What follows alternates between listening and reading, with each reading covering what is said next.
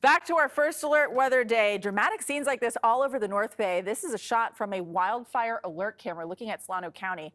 First, the clouds roll in, then the showers. Kind of interesting weather in some parts of the Bay Area today. Yeah, definitely. Let's check in with First Alert Chief Meteorologist Paul Heggen tracking some of those storms. Yeah, it's all possible because the storm system that has had us in this cool and unsettled pattern for the past couple of days is pretty much right on top of us. So as chilly as it is at ground level, the upper levels of the atmosphere are even colder. Add to that the lift provided by the center of this storm system. Any shower that gets going doesn't get squashed by any warm air farther above our heads. It just continues to rise and can grow into an actual thunderstorm. Let's take a look full screen at what's happening on the Doppler, and First Alert Doppler is showing a few showers that are out there right now. We are tracking the thunderstorms that are falling right now over Sonoma County, right along the border between Sonoma County and Napa County. Let's zoom in for a closer look. Still a few cloud and lightning strikes here, and another one that's just to the east of Healdsburg. This storm has been kind of growing in a westerly direction. It's part of the evolution of these storm systems where one shower develops into a thunderstorm. It collapses, but the cool air that it pushes out helps to prompt the development of another shower or thunderstorm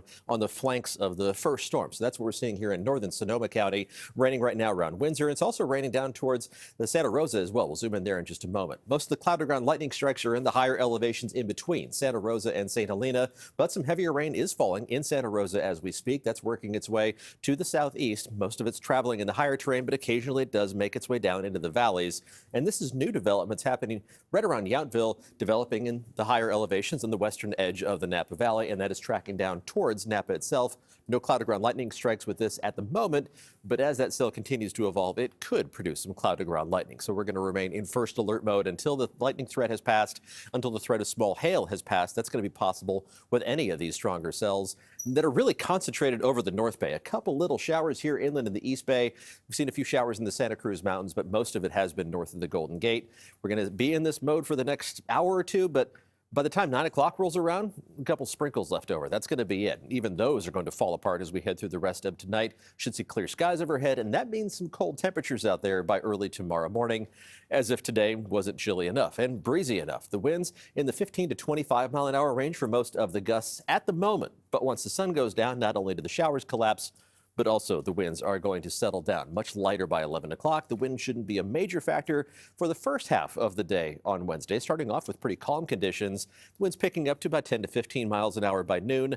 Some 15 to 25 mile an hour gusts back on the map by tomorrow afternoon and tomorrow evening, a little bit stronger along the coast, and it is still that onshore wind. So while temperatures are going to climb closer to what's normal for this time of year, still below average for a couple more days. Looking to the north from Salesforce Tower, those ominous looking clouds on the horizon as we look towards the North Bay. Temperatures only reached up into the mid to upper 50s and the lower half of the 60s. That's as far as we could go. Current temperatures are almost all in the 50s. We've got two spots that are above 60 degrees, 61 in Concord and in San Jose. Those numbers will drop off quickly tonight. In some of the valleys, we're talking about low temperatures in the upper 30s in the Tri-Valley and the North Bay valleys, while everybody else drops down to the low to mid 40s. The high temperatures tomorrow won't be as cool as today, but still not warm for the middle of May. Mid 50s along the coast, upper 50s in San Francisco, mid 60s for Oakland and the East Bay. Most inland spots into the upper half of the 60s, and just the very warmest locations reaching up to or above 70 degrees. But a warming trend is in store later on this week. Talking about temperatures that are going to warm up into above average territory, especially for the first half of the weekend. That's going to be the warmest day over the next 7 days. But even though temperatures are going to retreat a little bit by Sunday, Monday, and Tuesday, they're still going to be slightly above normal. That warmest day Saturday pushes temperatures up to the mid 80s for inland parts of the East Bay and the North Bay, and even low 60s along the coast.